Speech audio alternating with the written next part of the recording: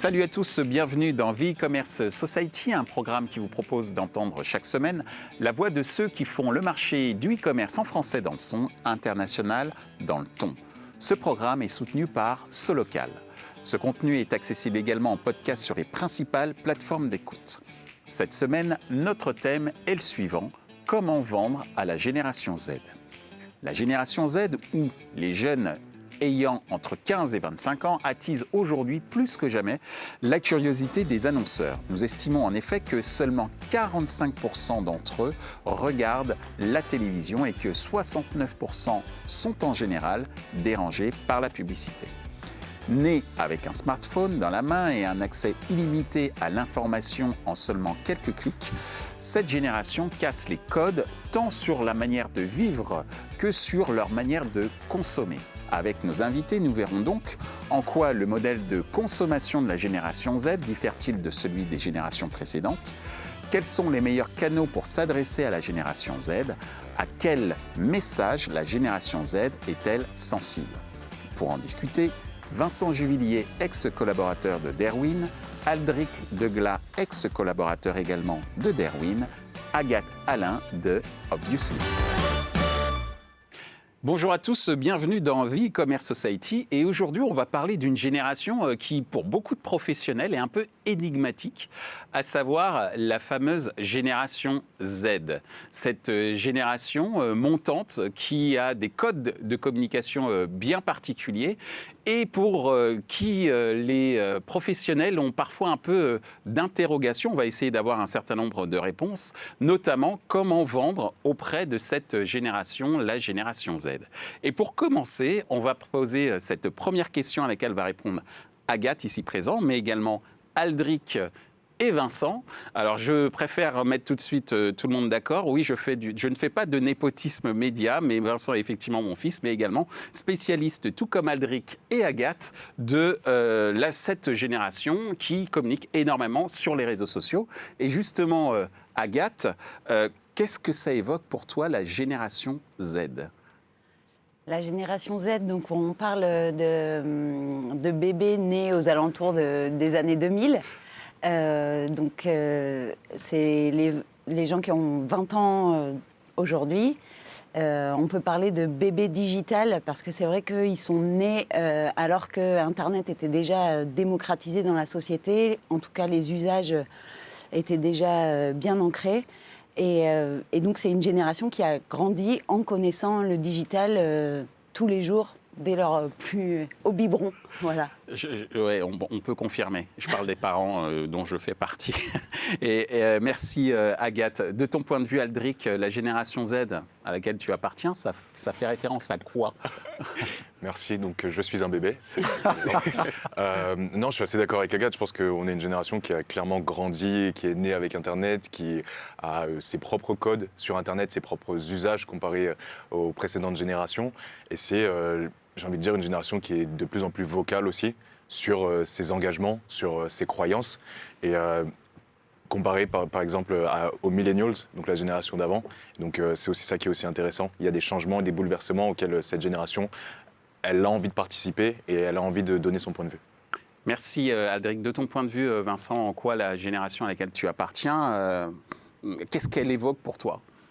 Comme l'ont dit Agathe et Aldric, c'est une génération qui est ultra connectée. Comme vous dites, un peu dans le milieu LinkedIn, digital native. Je n'ai même pas osé sortir ce terme-là, je me suis dit que j'allais faire old school. Mais tu l'as sorti, mais voilà, comme vous dites sur LinkedIn, j'ai beaucoup adoré cette introduction. Ce qui est super intéressant avec cette génération, ou plutôt notre génération, c'est qu'on a accès à énormément d'informations. Et même quand on voit des réseaux comme YouTube ou encore Instagram, sur lesquels des jeunes comme nous peuvent se forger de nouveaux talents, apprendre de nouvelles compétences. Ça prouve aussi qu'on a aussi une soif d'apprendre de nouvelles choses, qu'on est une génération assez curieuse. Et pour moi, c'est ça qui fait la force de cette génération, c'est qu'elle n'attend pas qu'on lui donne des directives pour avoir accès à des informations ou se forger une opinion. C'est-à-dire qu'elle prend l'initiative et donc, par essence, elle est entreprenante, d'une certaine manière. Ouais. D'une certaine manière. Ok, merci Vincent. Alors justement, Agathe, après cette présentation de la génération Z, de par ta perception et de par cette même génération qui s'est auto-présentée, en quoi, sur les observations que tu as pu faire, le modèle de consommation de la génération Z diffère de la génération X, Y ou millennials, comme on en a évoqué juste avant? Bah justement, je vais rebondir sur ce que vient de dire Vincent, sur l'immédiateté. Et en fait, cette recherche, cette envie d'aller, de savoir qu'ils ont à disposition tout, et donc qu'ils vont aller piocher au gré de leurs envies dans un temps zéro, en un clic en fait. Finalement, il y a vraiment ce concept en un clic, avoir accès à tout ce qu'ils recherchent. Une idée passe par la tête, hop, on peut directement aller voir, aller se renseigner, aller apprendre, aller acheter évidemment. C'est un peu cette immédiateté, je pense, et cette rapidité qui fait la différence avec les générations d'avant qui n'avaient pas forcément ce réflexe aussi Oui, parce qu'à une fort. époque, on parlait même de bof génération à une époque, mais ça remonte encore beaucoup plus loin. J'étais à peine né. Mais bon, bref, l'idée, en tous les cas, ce que je retiens, c'est aussi une culture de la sérendipité, c'est-à-dire qu'on a un accès à un certain nombre d'informations auxquelles on ne s'attendait pas forcément, mais on va quand même essayer d'aller plus loin et d'aller piocher, effectivement, pour, entre guillemets, s'auto-éduquer dans un certain cas ou consommer différemment également dans d'autres cas. De ton point de vue, Aldric, justement, après ce que vient d'évoquer Agathe, en quoi, selon toi, le modèle de consommation de la génération Z diffère des générations précédentes? Moi, je suis assez d'accord avec ce que Agathe dit. Je pense qu'il y a définitivement cet aspect je veux et je le veux tout de suite. Et ça, bien évidemment, c'est le fait qu'on ait une génération qui a grandi avec Internet. Donc, Internet te permet un accès instantané à ce que tu veux.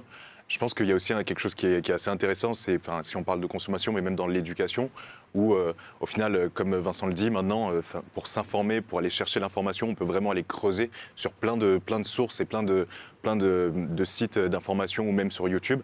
Et je pense qu'il y a aussi, ça aura potentiellement un impact sur comment, au final, on va à l'école, par exemple. Comment, au final, nos études, qui sont assez standards, qui font du bac plus 1 au bac plus 5, potentiellement, c'est un modèle qui va peut-être changer, parce qu'on peut maintenant s'éduquer, on peut finalement avoir un diplôme directement sur Internet, et justement éviter par exemple un crédit étudiant. Donc en fait, il y a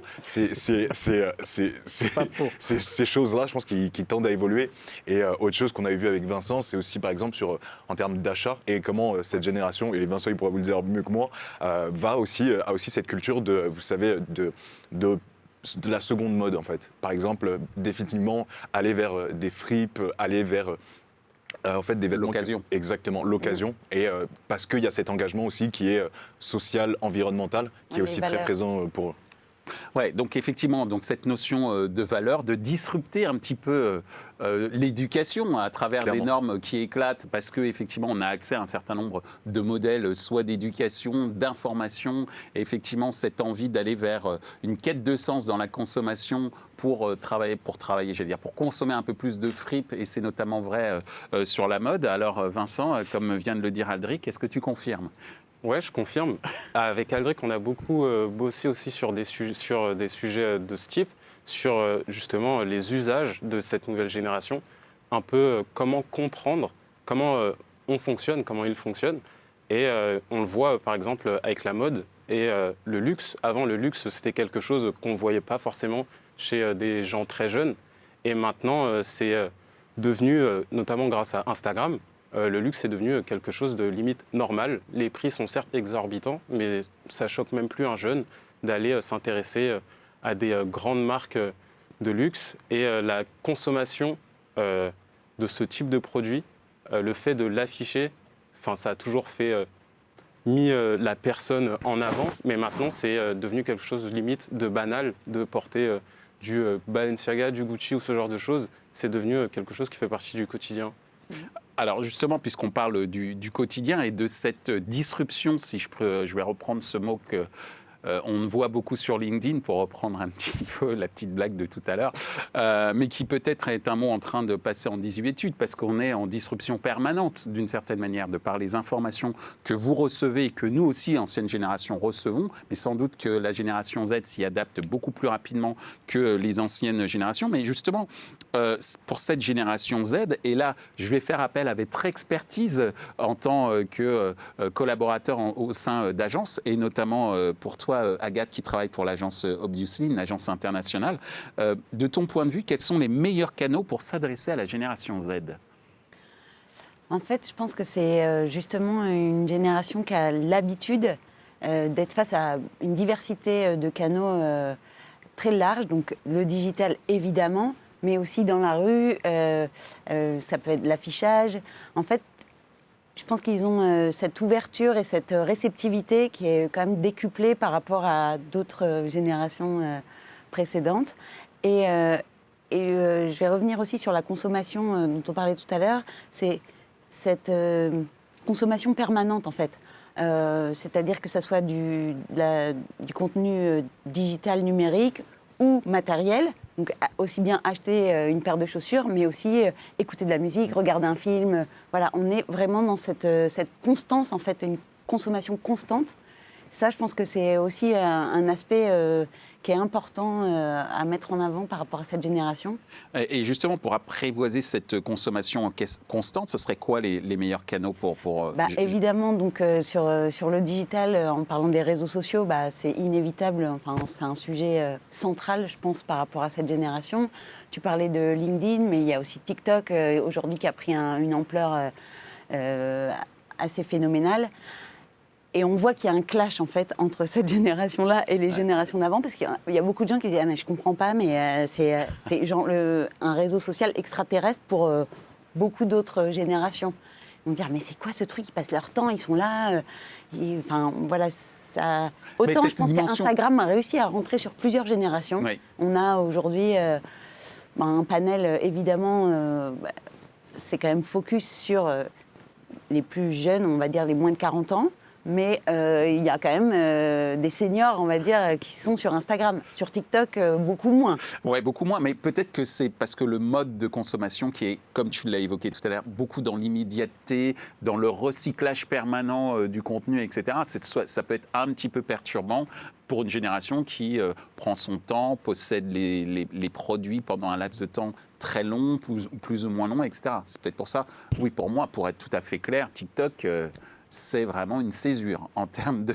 Pourtant, étant entre guillemets une sorte de spécialiste des médias, pour moi, TikTok, j'ai encore du mal à comprendre. Et je viens tout juste, et c'est peut-être honteux, et c'est pas grave, mais Instagram, je commence tout juste à l'exploiter. Mais je peux comprendre effectivement que cette notion d'immédiateté puisse être une sacrée césure par rapport aux générations précédentes et que ça pose des questions sur les meilleurs canaux pour s'adresser à cette génération. Alors, on a parlé avec Agathe qui travaille au sein de l'agence Obviously. On va parler maintenant avec vous, messieurs, qui êtes très jeunes, mais qui avez déjà une carrière très intéressante au sein des agences, puisque vous venez d'une agence dont on parle beaucoup actuellement, qui est Derwent, même si vous en êtes parti. Mais quand même, même question pour toi, Aldric. Selon toi, quels sont les meilleurs canaux pour s'adresser à la génération Z? Sachant effectivement que tu as travaillé pour Derwent, mais tu as travaillé également pour Nike, pour également Uber. Donc, de ton expérience, pour parler à ta génération, quels sont les meilleurs canaux que tu as exploités? C'est une très bonne question. Avant même de répondre ça, je pense que c'est quelque chose dont on s'est vraiment rendu compte avec Vincent, c'est qu'on ne peut pas directement donner un canal. Genre, c'est potentiellement une erreur aussi qu'on a pu faire dans notre expérience. Et c'est vraiment déjà comprendre l'objectif pour une marque. Qu'est-ce qu'elle a envie de faire? Parce qu'on parle beaucoup de cette génération Z. On a envie de la target, on a envie de la cibler, mais quel est le but derrière? Qu'est-ce qu'on a envie qu'elle voit? Quelle est l'action qu'on a envie que cette génération fasse? Et essayer vraiment de comprendre le rôle de cette marque dans leur vie, comment elle s'insère dedans, avant même d'essayer de savoir quel est le meilleur canal. Et donc, quand on arrive à faire ce travail de recherche qu'on fait avec Vincent, ce travail de stratégie qu'on fait derrière, on peut arriver bien évidemment avec un TikTok qui est cette plateforme qui représente un peu cette partie très authentique de cette génération qui veut, voilà, qui peut-être en a un peu assez d'Instagram, de cette façon où il faut être, qui représente un peu cette perfection. Et donc avec TikTok, on a quelque chose qui est beaucoup plus naturel, mais des fois, ça peut être encore Instagram, ça peut être Snapchat, ça peut être LinkedIn, ça peut être YouTube. Donc en fait, c'est vraiment déterminer en fait vraiment le but de l'annonceur et de travailler avec eux et savoir au final quel est le meilleur canal pour justement pouvoir s'insérer dans justement la vie de cette génération. Donc privilégier le sens du message Exactement. plutôt que le canal de diffusion. Ouais, bien Ça, c'est évidemment. évident. Ouais. Et c'est vrai que tu parles de sens, et il y a la question du sens, je pense, qui est prégnante aussi parce que, comment dire, c'est une génération qui est tellement ouverte, qui a accès à tellement de choses qu'à un moment, on ne peut pas leur vendre basiquement les choses. C'est-à-dire qu'ils recherchent des valeurs aujourd'hui. Je pense que tu as parlé aussi tout à l'heure de questionnement sur la société.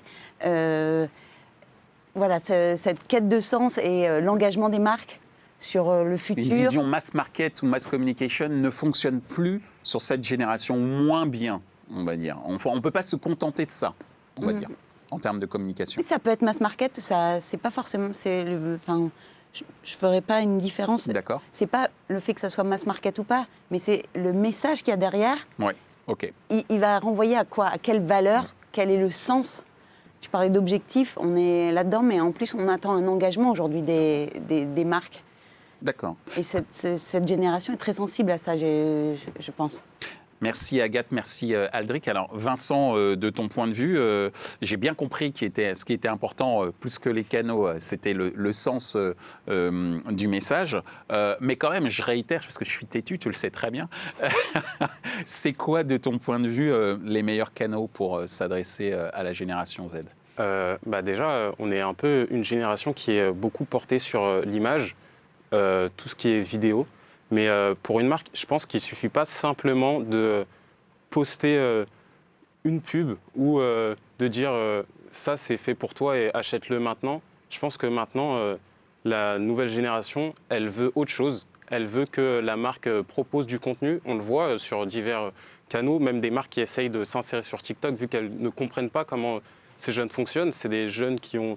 Enfin, on est des jeunes plutôt qui ont une capacité de concentration qui est beaucoup moins élevée que les générations d'avant.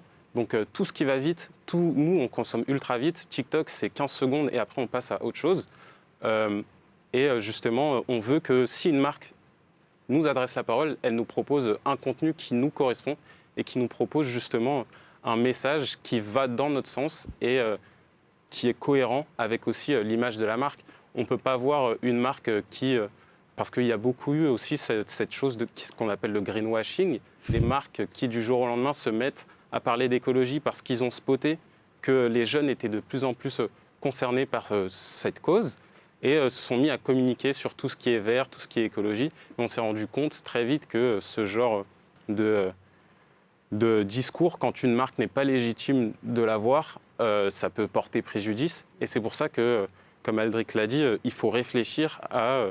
Déjà, qu'est-ce qu'on veut transmettre à cette cible et pourquoi? Et justement, est-ce que la marque est légitime de parler de ce genre de sujet ou pas? Merci, merci Vincent. Alors justement, on a parlé du sens, alors que moi j'insistais, et j'assume mon insistance, sur la partie canal, et on est d'accord, j'ai compris, mais moi je suis old school, c'est normal, j'insiste. Mais ce que je ressens et ce que j'entends, c'est qu'effectivement le message est hyper important, d'où cette dernière question. À quel message la génération Z est-elle sensible? À quel type de message la génération Z est sensible? Agathe. On parle de sens, donc le sens, je pense que le futur, c'est vraiment un thème qui concerne les nouvelles générations. Bon, ça a toujours été, quand on est jeune, on est porté sur le futur. Finalement, plus on vieillit et plus on se tourne vers le passé. Donc ça, c'est une constante. Ouais, je plaisante, bien non, sûr. je pense que c'est un peu une constante. C'est pas que cette génération-là, mais aujourd'hui, le futur, on voit qu'on est face à des grands enjeux, que ce soit l'écologie. Il y a aussi tout ce qui va être la tolérance, le respect, l'identité. Aujourd'hui, qui a pris... on n'a plus peur de de s'affirmer, que ce soit l'identité sexuelle, l'identité des racines. Je pense que ça, c'est un thème aussi qui est prédominant. Les droits, la discrimination. Voilà, je pense que c'est une génération qui est très engagée. Et c'est vrai que les réseaux sociaux permettent aussi... d'exacerber cette oui, voilà, revendication. exactement. Puis de s'organiser. Et donc, pour tout ce qui va être... Pour militer, finalement, d'une manière différente. Je pense que c'est une génération qui s'est emparée, finalement, des médias à sa manière.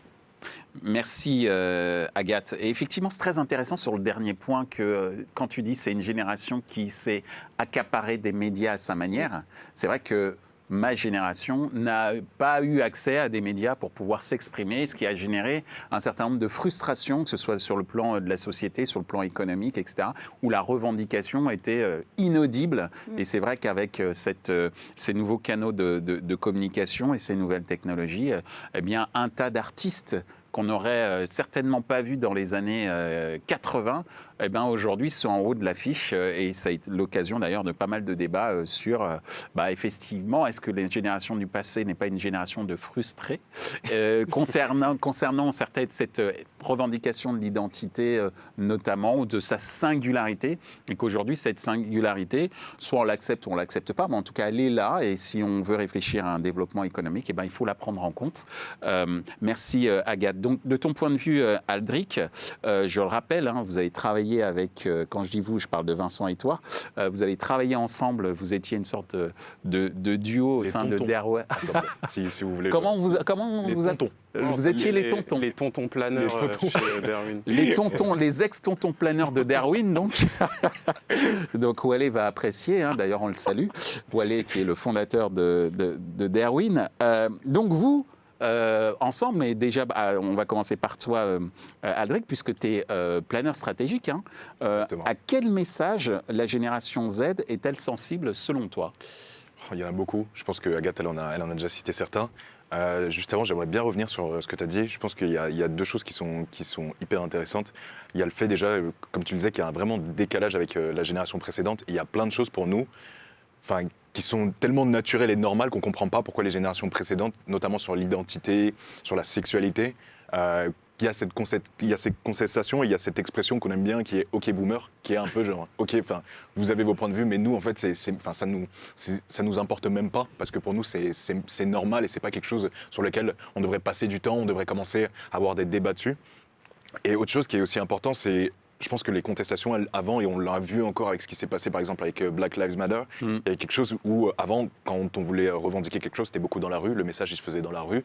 Maintenant, il y a ces trucs qui est toujours là, qui est toujours présente, qui est toujours vocale, mais on arrive à passer aussi des messages sur des plateformes. On l'a vu même sur TikTok, comment TikTok qui est bien évidemment cette plateforme d'entertainment où on peut rigoler, mais où aussi on peut faire passer des messages qui sont hyper importants sur justement la discrimination.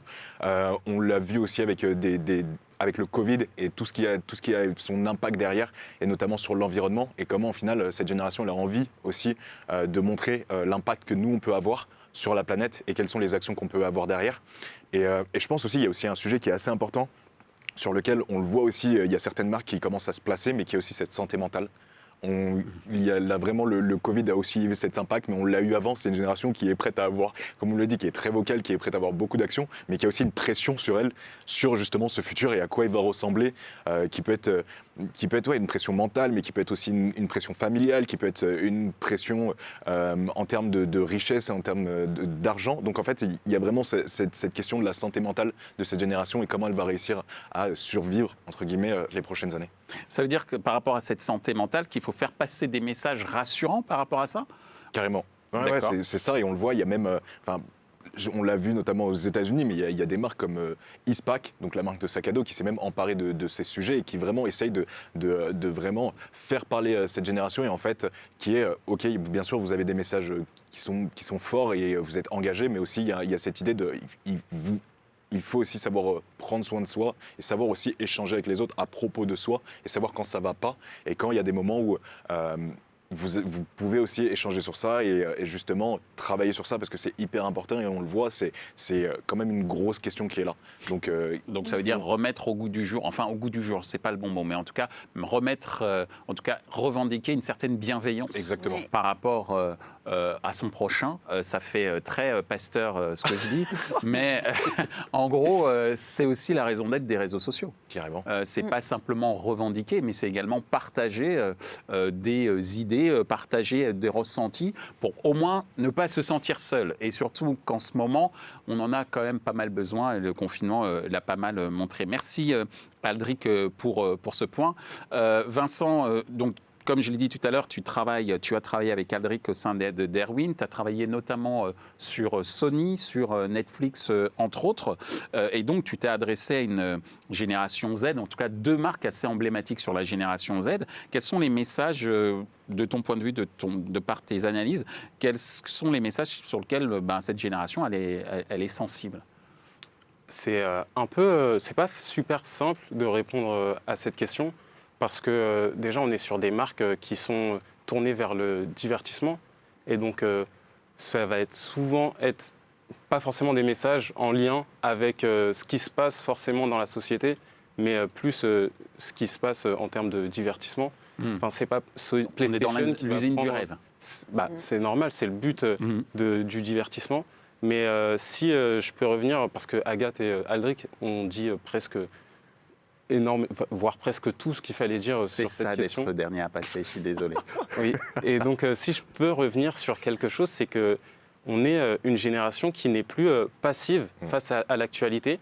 J'ai envie de dire, c'est elle qui l'a créée maintenant, parce qu'on voit des choses qui ne seraient sans doute jamais arrivées si des jeunes gens n'avaient pas pris la parole sur les réseaux sociaux. Et ce que je trouve super intéressant, c'est que maintenant, elle est au courant, on est une génération qui forge son futur et qui ne se pose plus forcément de questions puisqu'elle se dit, en fait, j'ai ma vie entre mes mains et si je veux, demain, je fais une vidéo et je peux changer ma vie ou celle des autres en créant du contenu ou je peux justement faire entendre ma voix et celle des autres qui n'osent pas parler grâce justement à ces divers canaux digitaux. Et je pense que c'est plus juste des gens qui sont là pour consommer, mais ils sont là pour être aussi acteurs de quelque chose. Et donc, quand une marque s'adresse à eux, ils n'ont pas envie qu'on leur parle comme des consommateurs, mais plus comme des acteurs de quelque chose de beaucoup plus grand que juste consommer un produit. Merci Vincent. Eh bien, Agathe, Aldric, Vincent, merci d'avoir participé à cette émission. C'était la première émission un peu sociétale sur e-commerce society, donc je vous remercie et je suis très fier de vous avoir eu autour de la table.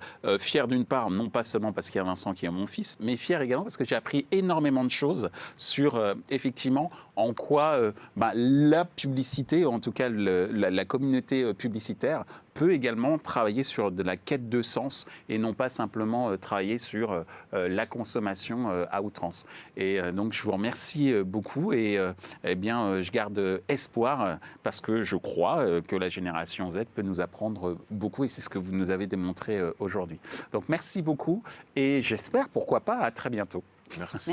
Merci. Ainsi s'achève ce débat autour de la vente auprès de la génération Z. Les points à retenir de nos échanges sont les suivants. 1. Pour séduire la génération Z, il faut privilégier le sens du message plus que le canal de diffusion. 2. La génération Z est sensible au futur, à la revendication, à l'action. 3. La génération Z est en disruption permanente, ce qui impose aux acteurs de l'e-commerce une remise en question permanente. Ce contenu est accessible en podcast sur les principales plateformes d'écoute. Merci à Solocal pour son soutien.